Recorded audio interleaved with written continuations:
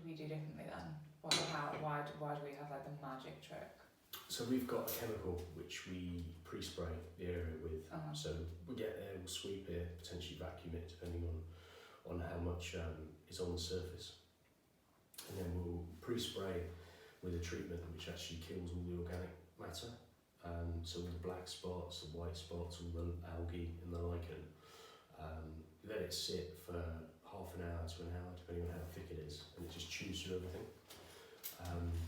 So then we usually jet wash it to rinse where we can.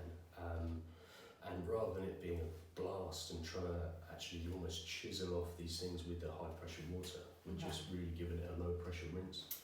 And then vacuum up all the waste so it's not sitting everywhere. And the product itself actually removes all of that, but it slightly enhances the stone as well.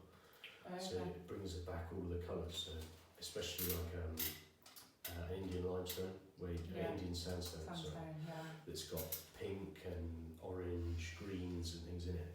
It boosts all the colour, so you get the original colour there. I always think that's one of the mad things when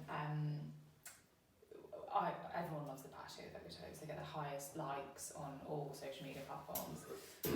But it is that transformation, and I always think it's really funny. You look at someone's garden, and then after we've been and kind of done all our stuff, it looks amazing because there's so many different colours. Like usually you look at someone's patio and it's kind of like patio coloured, but dirty. Yeah, essentially. But it's what people think is what a patio is.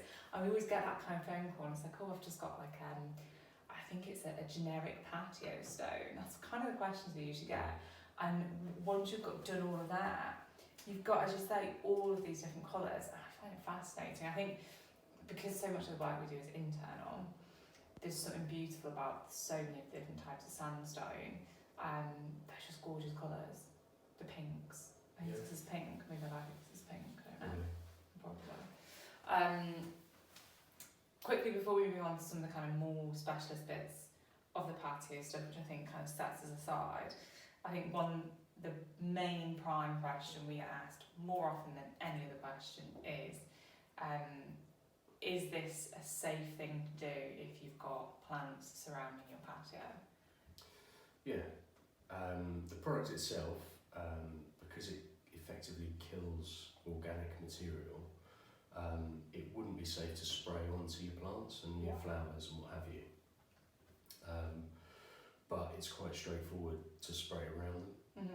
So what we'll tend to do is, especially if it's a hot day and everything's dry, is we'll go around with a low pressure hose gun and just wet all of the plants first. Okay. So if it butts up to grass, lawn, or if there's flower beds or whatever, we'll wet all of the edges so that if there is any overspray, it's going onto something that's wet, so it gets diluted straight away. As we're rinsing, a lot of the product will evaporate over the half hour, hour and a half that we let it dwell. So you're not having an abundance of wet chemical getting sprayed into the plants. But once it's diluted, then it becomes completely inert, so it won't kill anything.